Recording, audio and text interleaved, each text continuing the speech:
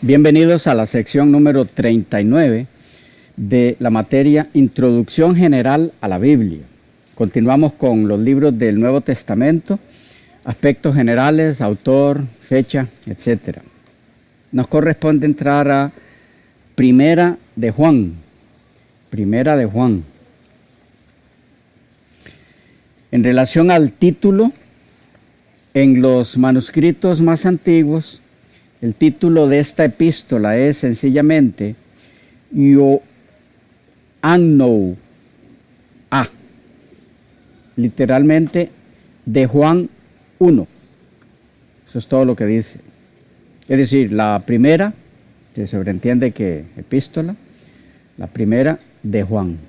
Eso es lo que dicen los manuscritos más antiguos en cuanto al título.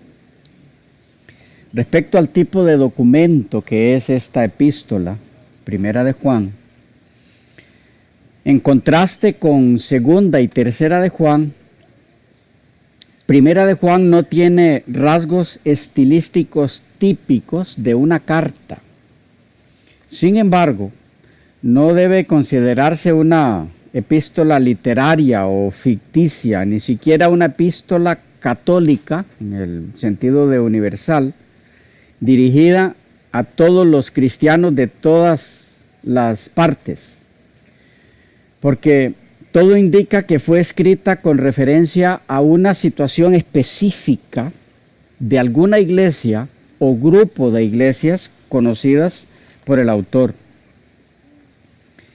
Quizás sea mejor considerarla como un tratado sobre un problema específico, o como un sermón escrito o un discurso pastoral. Se ocupa del mismo problema que había surgido en la iglesia a la que va dirigida Segunda de Juan, pero de manera más amplia y detallada. Ya cuando se escribe Segunda de Juan, el tema se ha tratado con mayor amplitud en la primera epístola. En cuanto al contexto histórico, había falsos maestros, precursores de los herejes responsables de las sectas gnósticas que llegarían a su desarrollo pleno en el siglo II. Las semillas del gnosticismo ya existían en el período del Nuevo Testamento. Vamos a encontrar a una buena cantidad de escritores diciendo que Pedro, Juan, los apóstoles no escribieron contra el gnosticismo porque no había gnosticismo en el primer siglo. Pero la verdad es que eso no es del todo cierto. Puede que no hubiera gnosticismo como un sistema plenamente establecido, pero las raíces de sus doctrinas estaban diseminándose por todo lado. Es difícil determinar con exactitud qué creían y qué enseñaban los falsos maestros, en este caso, a los que Juan se oponía. Es más fácil señalar los elementos de la fe ortodoxa que negaban estos maestros, ya que Juan se centra principalmente en estos. Es muy probable que los argumentos que Juan rechaza al comienzo de su epístola hayan sido los de los falsos maestros. Pretendían ellos tener comunión con Dios y estar sin pecado, según el capítulo 1, versículos 6, 8 y 10. Decían que conocían a Dios, según el 2, 4. Posiblemente creían que Dios era luz y decían vivir en la luz, según el 2, 9. Lo que es seguro es que tenían una visión no ortodoxa de Jesús. No creían que Jesús era el Cristo o el Hijo de Dios, según el 2.22 y el 5, 1 y 5. Negaban que Jesucristo había venido en carne. Si comparamos el 4:2 con segunda de Juan 7, podemos ver eso.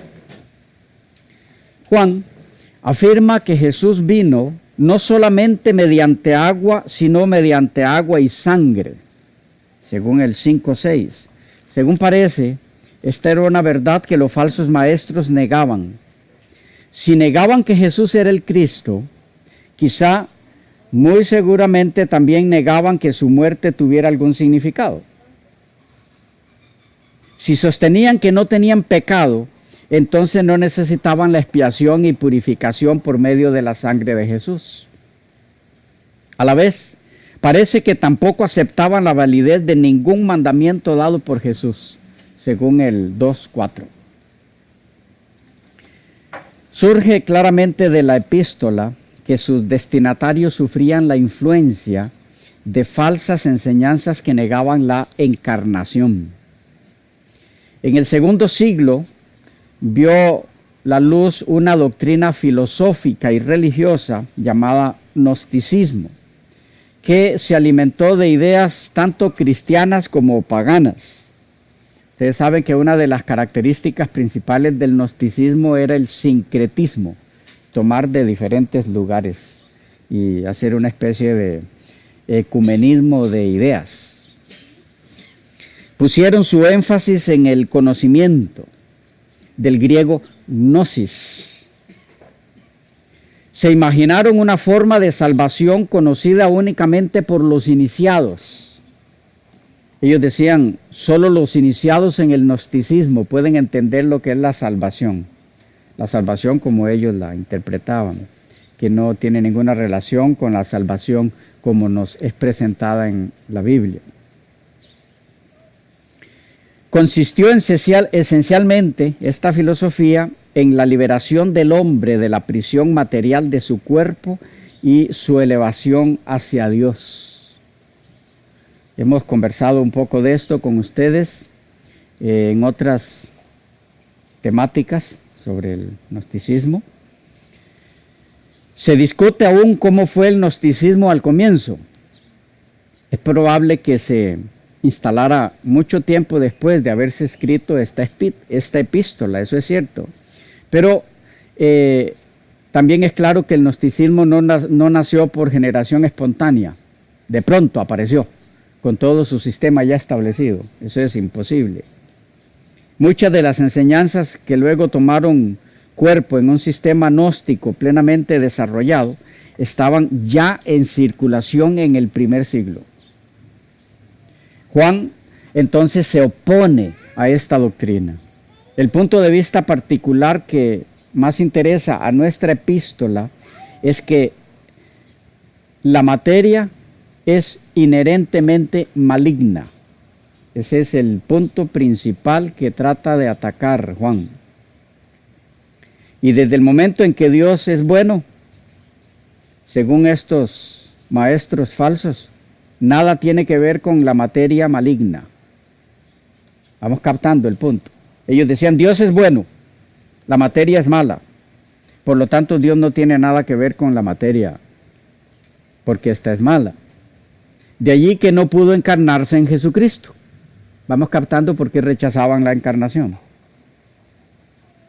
Algunos sostenían que Cristo solamente vivía en la carne en apariencia, a quienes se les llama docetistas, del griego dokein, que significa parece ser.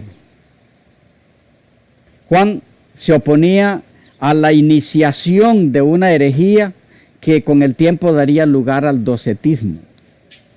La gente comenzaba a negar la encarnación de Cristo por causa de esta influencia que se estaba infiltrando. Y eso para Juan era extremadamente serio. Su efecto sería arrancar el corazón mismo del cristianismo, la encarnación de Cristo. Porque si Cristo en realidad no se hizo hombre y realmente no murió por nosotros, entonces no habría expiación por nuestros pecados. Es por eso que Juan puso el mayor énfasis en el tema de la encarnación.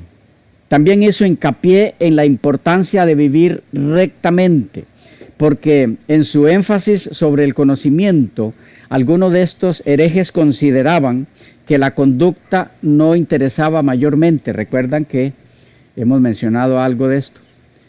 Como el cuerpo es algo malo, había una rama del gnosticismo que decía que no importa lo que se haga con el cuerpo.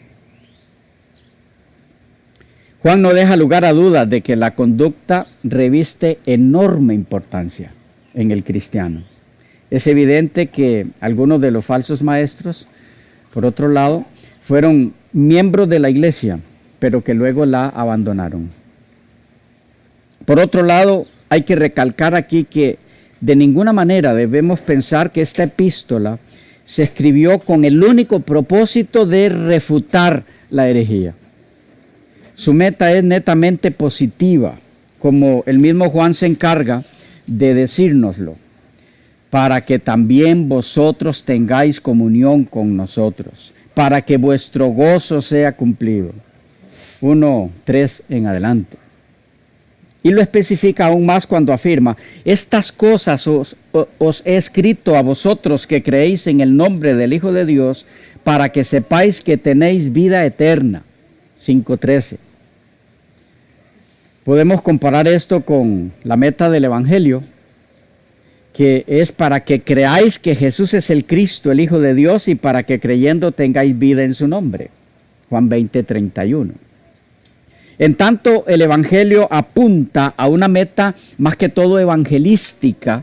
La epístola está dirigida más bien a crear en los lectores un estado de seguridad y verdadero conocimiento de lo que tal fe entraña.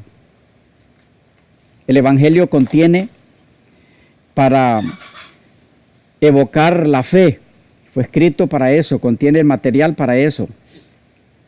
Y la epístola contiene las pruebas por las cuales poder juzgar esa fe. Juan escribe para disipar la ansiedad de sus lectores al comprender cuál es la posición de ellos ante Dios. Aclara lo que significa ser cristiano. Señala 3 signos de un verdadero conocimiento y comunión con Dios. Estos 3 signos son, en primer lugar, la honradez en la vida. En segundo lugar, el amor fraternal. Y en tercer lugar, fe en Jesús como Dios encarnado. Estos 3 temas se repiten constantemente en la epístola. 2 grandes pensamientos dominan toda la epístola. 1, Dios es luz. 1:5. Y 2, Dios es amor. 4, 8 y 16. ¿Qué del autor? La opinión tradicional es que la obra es producto del apóstol Juan. En la antigüedad, nunca nadie sugirió la posibilidad de otro autor. Concuerda con esta opinión el marcado tono de autoridad que se observa a lo largo de la epístola. Se ha sugerido más bien que solamente una persona de la talla del apóstol podría haber enviado una carta de ese calibre sin dar su nombre. Es evidente que el autor fue testigo presencial de algunas de las cosas que hizo Jesús, según el capítulo 1 y el versículo 3. El estilo y la estructura del pensamiento de la epístola se parecen a los del cuarto evangelio, y todos concuerdan que deben tener alguna relación. Lo lógico es pensar en el mismo autor, en cuyo caso todo gira alrededor de la autoría de ese evangelio, que como ya vimos anteriormente es Juan. Para efectos de la comparación en cuanto a la similitud temática entre la epístola, esta primera epístola y el evangelio de Juan, puede verse el comentario bíblico adventista, el tomo 7, las páginas 641 y 642. Ahí encontrarán una tabla muy interesante, donde prácticamente el contenido del evangelio de Juan es el mismo del contenido de la primera carta. ¿Qué en cuanto a la fecha? Muy poco es lo que tenemos para ponerle una fecha a la carta. No es definitiva su relación con el Evangelio. para efectos de fecha. Pues algunos sostienen que Juan escribió la epístola antes y otros que después del Evangelio. Y de cualquier manera también es incierta la fecha en la que se escribió el Evangelio. No puede ser muy exacta con los datos que hay. Parece que se entiende mejor la epístola si aceptamos que fue posterior al Evangelio. La mayoría acepta que esto es así y se inclina a darle una fecha hacia el final del siglo I. Y no podemos ir más allá de eso. La fecha cuando se escribió podría ubicarse entre el año 90 y 95 después de Cristo.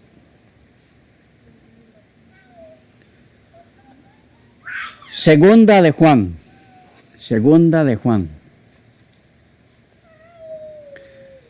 No se dispone de ninguna evidencia externa por la que podamos saber si esta carta es la segunda en orden cronológico, pero por medio de una comparación de texto de las 3 epístolas atribuidas a Juan, parece lo más probable que esta fue escrita después de la primera. La que llamamos segunda parece referirse al contenido de la primera en una forma que es natural si es que el autor ya había escrito la carta más larga, la primera, pero que sería extraño si la más corta hubiera sido escrita primero.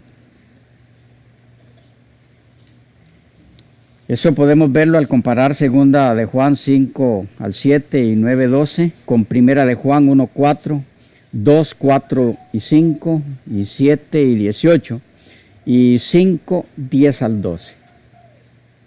¿Qué del autor de segunda de Juan? El doctor Donald Guthrie estudió a fondo la situación y llegó a las siguientes conclusiones que implican tanto segunda como tercera de Juan. Una, de la evidencia interna, dice él, sumado al fuerte apoyo externo con que cuentan, se puede deducir razonablemente que el autor de la epístola, segunda de Juan, fue el apóstol Juan. 2, que la paternidad literaria de Juan el anciano, propuesta por la mayoría de los que impugnan la autoría apostólica tanto de las epístolas como del Evangelio, cuenta con menor testimonios antiguos, pero con más opiniones modernas. Esta teoría, dice él, tendría mayor peso si se supiera con certeza que Juan el anciano, es decir, un personaje distinto del apóstol, existió en la realidad. Es que van a encontrar en una buena cantidad de comentarios que dicen que esta fue escrita por el anciano, pero que ese no era el apóstol. Guthrie nos dice aquí que no hay evidencia sólida para eso. Ni siquiera que hubiera existido ese anciano sin que fuera el apóstol, que se lo llamara así. Y 3, dice él, la paternidad literaria de un anciano desconocido cuenta aún con menor testimonio antiguo y no puede ser considerada como probable. Entonces, la conclusión alcanzada es que Juan, el hijo de Zebedeo, fue el autor de las 3 epístolas. La fecha, no mucho después de la primera epístola. ¿Ok? No mucho después. El tema, bueno, una lectura superficial de la epístola basta para captar su naturaleza íntima. Evidentemente es una carta personal, pero si fue dirigida a un individuo o a un grupo, eso va a depender de la interpretación que se le dé a la frase a la señora elegida y a sus hijos. Dentro de estos límites, el tema de la epístola demuestra satisfacción por el estado espiritual de los lectores. Los anima en el sendero cristiano. Es una amonestación también contra los falsos maestros y sugiere cómo tratar a los engañadores. La carta revela un espíritu tierno y amante del autor y la belleza de la intimidad espiritual que podía existir entre los hermanos en la fe de la iglesia primitiva. Se refleja mucho eso. Segunda de Juan parece reflejar algo de las falsas enseñanzas que subyacen en Primera de Juan. La carta habría sido escrita para ponerlos en guardia contra las mismas enseñanzas falsas. Se percibe con claridad que estaba latente el peligro de que los falsos maestros fueran recibidos en la congregación y de que sus doctrinas se esparcieran. El anciano, que como hemos mencionado no era otro que el apóstol Juan, escribe para prevenir ese peligro. Y quedamos allí con Segunda de Juan. Tercera de Juan. Tercera de Juan. En cuanto al autor, si no hubiera una segunda epístola, sería muy discutible la paternidad, muy difícil, la paternidad literaria de esta tercera carta. Pero la similitud de esta tercera carta con las otras epístolas indica un autor común. Una vez que se reconoce a Juan como el que escribió la segunda epístola, también puede ser reconocido fácilmente como el autor de la tercera. Es decir, el autor de las tres es el mismo. Puede verse fácilmente al comparar el contenido de las tres. En cuanto a la fecha, no hay forma de determinar cuánto tiempo transcurrió entre la redacción de la segunda y la tercera epístola. Pero sí parece probable que el intervalo fue breve, pues ambas se parecen tanto en estilo como en contenido. Parece que lo que se escribió tenía relación con un tiempo muy cercano entre lo tocado en las dos epístolas. En relación al tema, trata de la hospitalidad hacia los predicadores itinerantes. Un cierto Diótrefes se negaba a recibir a quienes encomendaba el anciano, y pudiera ser que perteneciera al otro bando, pero esto es un poco especulativo. A su debido tiempo, el anciano actuará contra Diótrefes. Muy posiblemente cuando él llegara por ahí, si podía llegar o si pudiera enviar otra carta, iba a haber cambio de anciano muy rápido en esa iglesia en relación a Diótrefes. Y llegamos entonces a Judas. Judas. En relación al título, en los manuscritos griegos más antiguos, el título de esta epístola es sencillamente Ioudas. Judas. En relación al autor, el versículo 1 nos relata escuetamente la biografía del escritor. Dice llamarse Judas, hermano de Jacobo por nacimiento y siervo de Jesucristo por llamamiento. La tradición atribuye la carta a Judas, el hermano de Jesús, mencionado en Mateo 13:55 y en Marcos 6:3. En cuanto a la fecha, no es posible fijar una fecha certera para esta epístola. Lo más cercano a lo que se puede llegar es cerca del año 70 del primer siglo. Algunos sugieren que inclusive antes del 70, porque no se menciona nada lo de la caída de Jerusalén.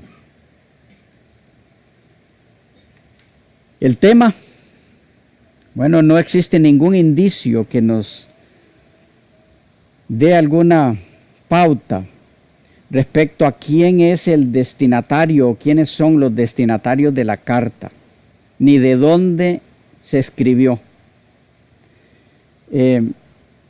Lo que sí está claro es que fue escrita a cristianos, según el versículo 1.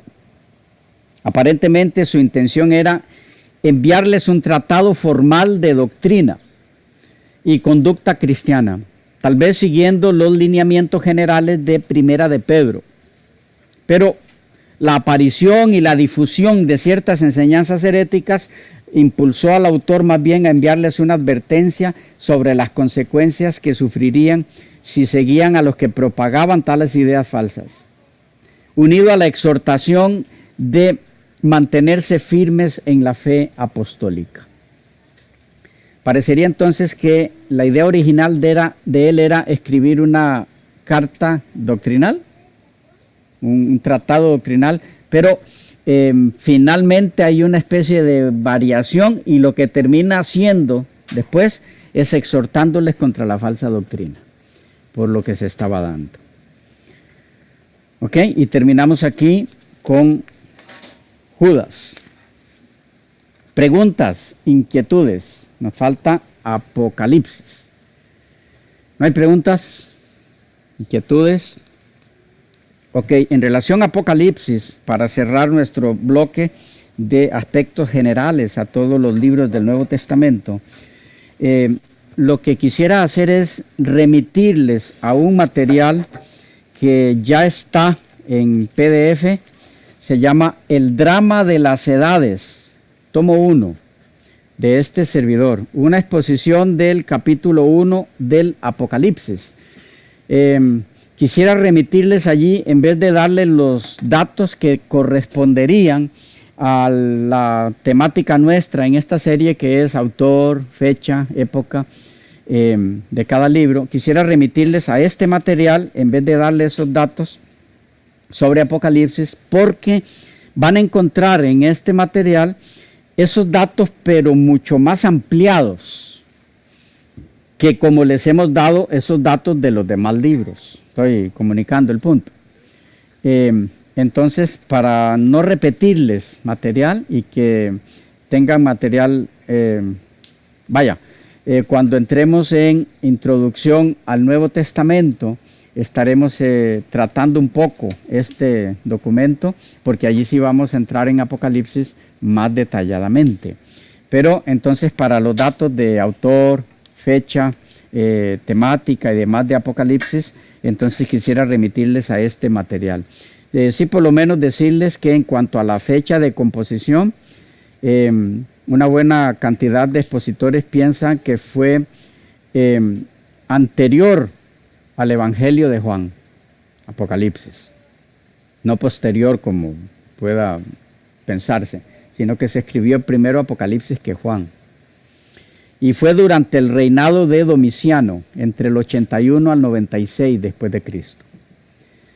En relación a su autoría, quién fue el que escribió Apocalipsis, es parte de lo que le menciono, que en el material está bien desglosado, porque están las diferentes posibilidades, y por qué esta sí, por qué esta no, por qué esta no, por qué esta sí es una posibilidad viable, pero está bien detallado y entonces pueden tener más material ahí. Esta exposición que ya está disponible, les digo, en nuestra página en PDF, tiene 134 páginas, pero este es solo de Apocalipsis 1, el capítulo 1 de Apocalipsis. No es sobre todo Apocalipsis. Estamos trabajando en el capítulo 2 y la idea es poder sacar 22 tomos, uno por capítulo del Apocalipsis, pero nos va a llevar algún tiempito. Estamos en eso. Mientras tanto puede ayudarles un poco repito, se titula El Drama de las Edades.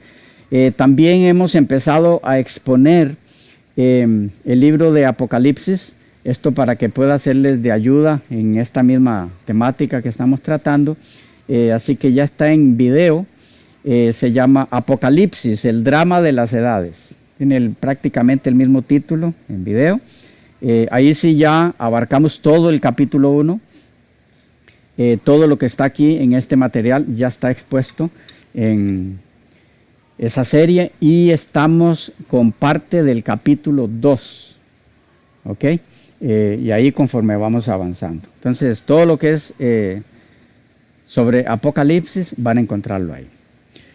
Preguntas, inquietudes. Este material creo que puede servirles bastante. Es de este servidor, pero no se aflijan más de la cuenta, que es bueno. Hay buen material, van a encontrar bastante bibliografía donde puedan acudir ustedes luego para ampliar sus conocimientos en eso. Y pienso que puede serles de alguna ayuda en su estudio personal. En este caso, cerramos aquí introducción general a la Biblia y nos correspondería en las próximas secciones entrar en el siguiente bloque, que sería introducción especial a la Biblia, donde estaríamos iniciando con introducción al Antiguo Testamento. Allí haremos lo mismo, iremos libro por libro, pero ya en forma más amplia en cada libro. Ya no veremos fecha. Bueno, sí estaremos viendo algunos aspectos de la fecha, pero a manera de ejemplo. Aquí les damos la fecha de ese libro.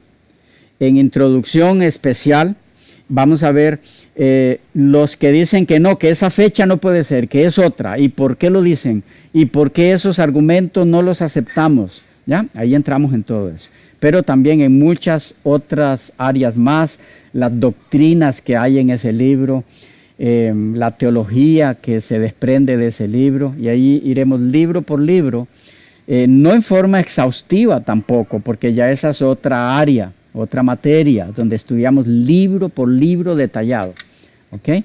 Pero eso ya es en otra sección. Entonces iremos allí por todo el Antiguo, igual luego por todo el Nuevo, cuando entraríamos en introducción al Nuevo Testamento, y para eso nos esperan bastantes secciones, ¿ok? Así que prepárense entonces, porque ya deben ir concluyendo, si no lo han hecho, la lectura auxiliar de los libros correspondientes a esta materia, porque aquí ya deben concluir. Y entonces al iniciar introducción al Antiguo Testamento hay otros materiales para leer igual, muy valiosos. Hemos escogido de los mejores autores que han escrito sobre eso. ¿Ya? ¿Preguntas? ¿Inquietudes? Si no, quedamos por aquí y nos vemos en la próxima sección, donde iniciaremos con, en lo que tiene que ver con esta línea, con introducción al Antiguo Testamento, en introducción especial a la Biblia. ¿No hay preguntas? ¿Estamos claros? Sí. Traten de todos esos apuntes que tienen por ahí, entonces pasarlos en un borrador. Recuerden que todo lo que este servidor ha expuesto, la idea es que vaya subiéndose en PDF a la página, por si algunas cosas que anotaron. Yo soy consciente de que a veces menciono muy rápido algunos datos y es un poco difícil anotar, pero todo va a estar allí, prácticamente palabra por palabra en el material en PDF. ¿Ya? Para que puedan cotejar allí, mirar y ver qué parte les faltó anotar en sus libretas. Ha sido una alegría muy grande, un gozo, y quisiera agradecer al Señor por habernos permitido terminar este bloque de introducción a la Biblia. Nos faltan varios, como hemos mencionado, de introducción a la Biblia, pero pienso que lo que hasta aquí hemos podido hacer será de mucho beneficio en nuestro estudio personal y también al compartir la palabra de Dios con otros. Sigamos orando porque el Señor nos capacite a todos para aprender lo que Él quiere que aprendamos en estas nuevas secciones que nos esperan, y así disfrutaremos mejor las Escrituras. Dios les bendiga mucho y nos vemos en la próxima sección.